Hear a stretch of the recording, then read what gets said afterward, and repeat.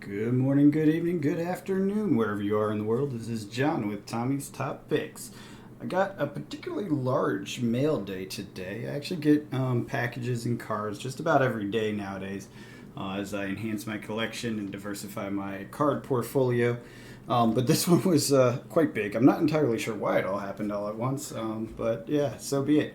So I'm going to go through it. I'm going to keep it upside down. I don't want to give away any of the sellers' addresses and such, so we'll just do it upside down.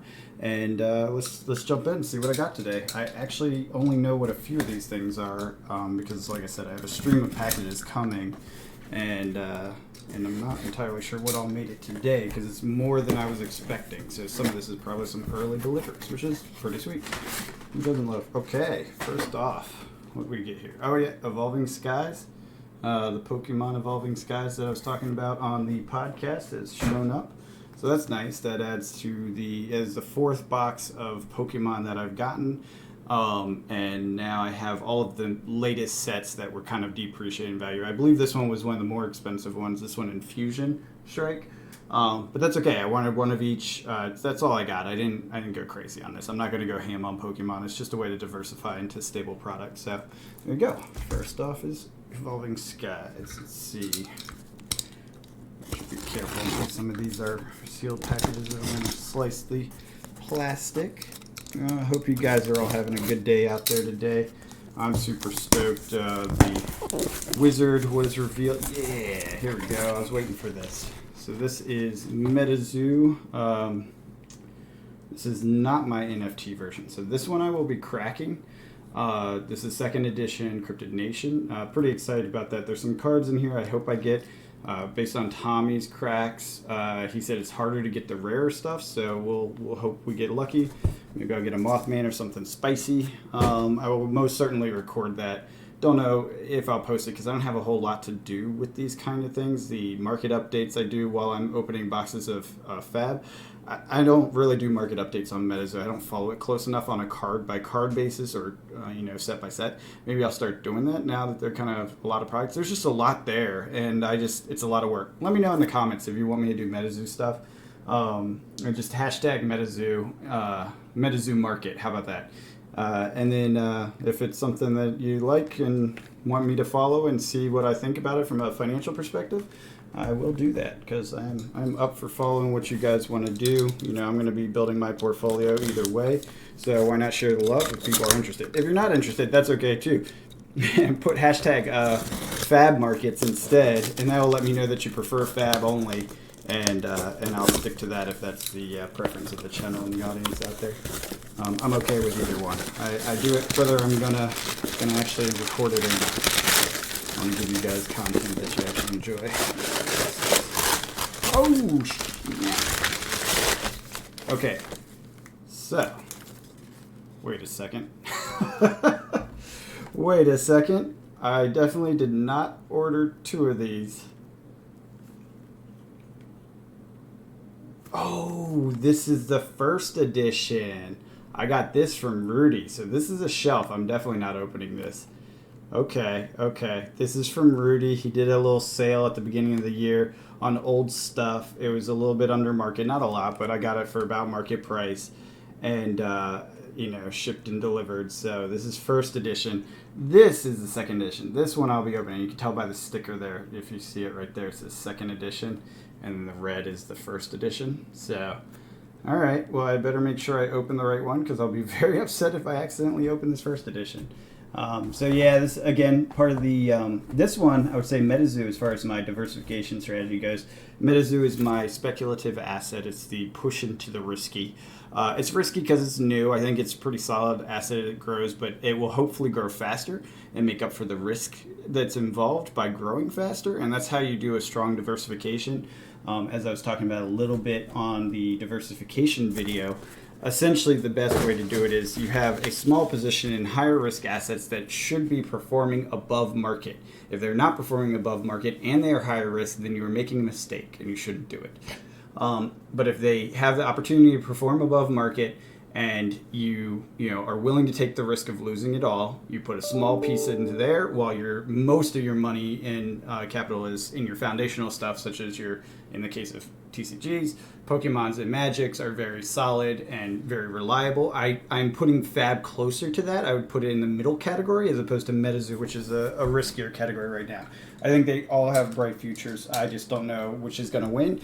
And the best way to invest when you're not sure who's going to win or how much value they'll bring in the long run or to your portfolio is to do a risk-adjusted return analysis and essentially do what I just described, where you put the riskiest things in a smaller capital category and the least risky things take up the majority to stabilize the portfolio.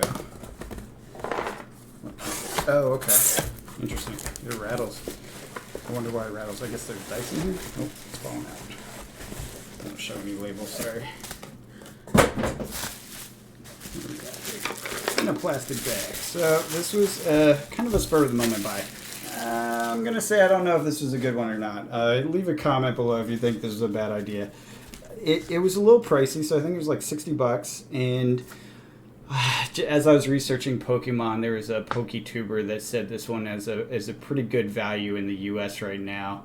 Now, if I recall right, these trainer boxes typically retail under the 60 that I pay for. Maybe it's like 65 or something. But this one has some good stuff in it that will probably age well. So that was the thing. So this is an example of making a bad investment. I didn't do the research. I didn't do my due diligence. I was being lazy. It was at the end of looking at all this stuff, and I was just kind of like, whatever, screw it. And for $60, what am I going to lose? Like, not a lot to lose there. So I didn't care, but that's not a smart way to invest if you're trying to have a strong, diversified portfolio that's adjusted for risk. Because I took one person's word for it that's on YouTube. And what I tell you about listening to influencers, don't do it. Usually go the opposite direction. So this is an example of me just kind of going ham, jumping in, forget about it. It's probably not the right move, but again, if the risk is low enough, i.e. $60, then it's not going to hurt you compared to all the other stuff I've purchased. I mean, I need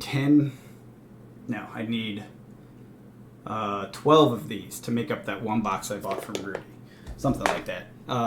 So that tells you that it's one of those things where it's like, it's not a big risk. If it goes to zero, actually, I'll tell you the biggest risk of this is that it's taking up shelf space, because I'm starting to find shelf space is a premium. So I'm going to start looking at ways to consolidate value into smaller and smaller things so that I can maintain shelf space.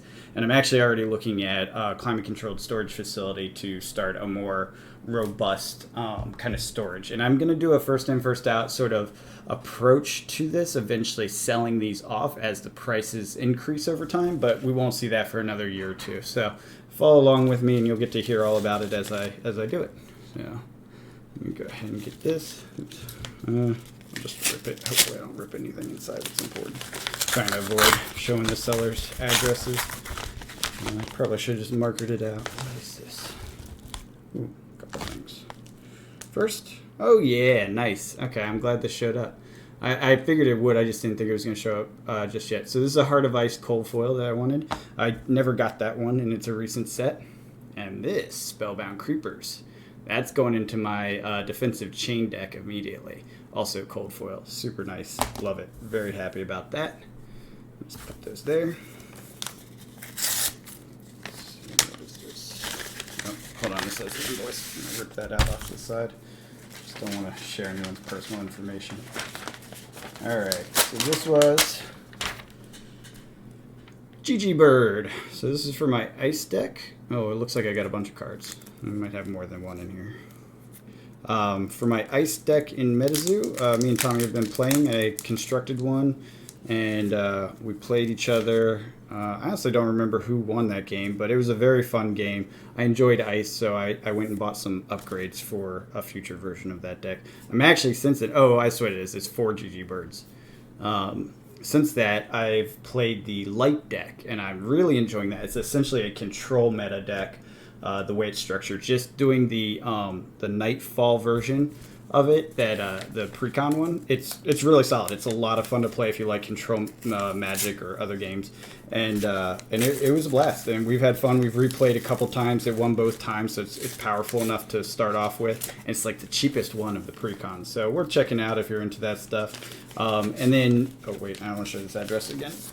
And then the the it's upgradable. There's a couple of ways to get it moving to a higher tier, and it's already pretty strong to start. All right, so this is more. This is not cold foils. So these are rainbow foils. This is just for my deck, although I do use cold foils in my deck occasionally. Well, actually, often with equipment in here and stuff. I like the way they look. I tend to do it. I have the hard protectors that are exact card size, so they fit in my deck boxes, and they're like that thick. And so they're well protected cold foils, but they are cold foils in my decks. This was bad. They put tape on the actual sleeve to the actual card, so getting this off is going to be a pain without damaging it. All right. I mean, I'm sure it's good for the shipping purposes, but it's bad for trying to get it out. Okay, there we go. Get this off. So these are the last two pieces. The other two already showed up last week. So now I have rainbow foil of each one. They'll probably go in cases like this instead of the hard ones, because this is just rainbow foil, just to protect them, because they are a little bit of value and I do like them. And yeah, just because I like to put hard cases on my equipment. Makes them stand out a little bit more. So that's nice. That was a good grab. Get rid of some of this trash. And then, now look, now we can finally see the beautiful Mark Poole Tome of Harvest mat. I love this freaking card and this mat and Mark Poole's art. Super famous Magic the Gathering painter. One of the reasons I actually got into this is because I heard he did art for it. So I will tell you that for Fab. So I was like, oh, Mark Poole's amazing. He has so many cards from early Magic that are like, everyone knows them. So I had to check it out. And this was one of the first things I saw that was his art piece. So I got the set this came with. I think this was Rudy's set. And these are more upgrades for my MetaZoo Ice deck. So that'll be fun. Hopefully we get some more gameplay out. The reason I got these is because because I built off my set and I only had 8 and you can have 10, so I figured get a full play set. And they're cheap. A lot of these, none of these are like the hollows or anything, so my MetaZoo cards are all like pennies. It is actually a fun game if you haven't given it a shot and you're interested in trying different things. Now I get it, if you're die hard, Pokemon, die hard, Fab, whatever, that's totally do your own thing and more power to you. I have no problem with that at all. But if you are into trying like different things, seeing what's fun, maybe you have different people you play with, like a little brother or sister or something, or someone who's not into like really hard competitive games where you have to do a lot of thinking and strategic battling, then MetaZoo might be a game for you. I don't want to pump it or anything. I love it. I personally like it as a collectible first, but the gameplay is fun. I love Magic, so it's hard to say that it's better than Magic, but I think in a lot of ways it is, because by its nature it tends to push for a more casual gameplay style just because it's fun and goofy little things and fun art and that sort of thing. But the gameplay is similar to Magic in that it has like a kind of a mana curve to it, but it's less abrasive than the mana curve in Magic because there's not high power things. I think the most expensive thing is 5, so it's like a low curve Magic. With a lot of impactful effects and like arena-wide effects and things like that. So it's a fun game. It's worth checking out if you're into other games. Definitely suggest the pre-cons. Some of them do suck. Look at reviews online. And not to say that they're terrible cards or anything. It's just the way the pre-con is put together. It's not that powerful, and they just will lose against every other one. Well, anyways, that's it for me. Let me know in the comments below if you want to do more of these kind of mail day things. And as I've said, these hashtags that I'm throwing out there, and they're at different points in the different videos, we're going to do a giveaway as we get to more subscribers. And it'll be some pretty spicy stuff. I'm imagining some cold foils or things like that. And it will be a giveaway based on hashtags in all the videos. So, putting hashtags in and listening to the full video or the content will be valuable. In this case, I will not do a hashtag for this video, but check out some of our other videos. Seek out the hashtags. Sometimes they're in the middle, sometimes they're in the beginning, sometimes they're in the end. So you got to listen to the content. That is the trick. As you know, we're trying to grow this, and engagement helps grow the channel. So if you hit a comment for us and you hit that like button, that is actually worth doing 4 things if you do both. So please hit the thumb up and leave a comment. And then if you find the hashtag, kind of Easter eggs in the other videos and put that in the comment, not only does that help our engagement, but what will end up happening is we're going to do a giveaway based on all the hashtags over history. So the more times you end up finding it and commenting, the more kind of tickets to win you have, entries you have. So worth going back, looking at our old content, finding those hashtags. Anyways, that's it for today. Hit the like button, subscribe if you haven't, and hope to see you next time. See ya.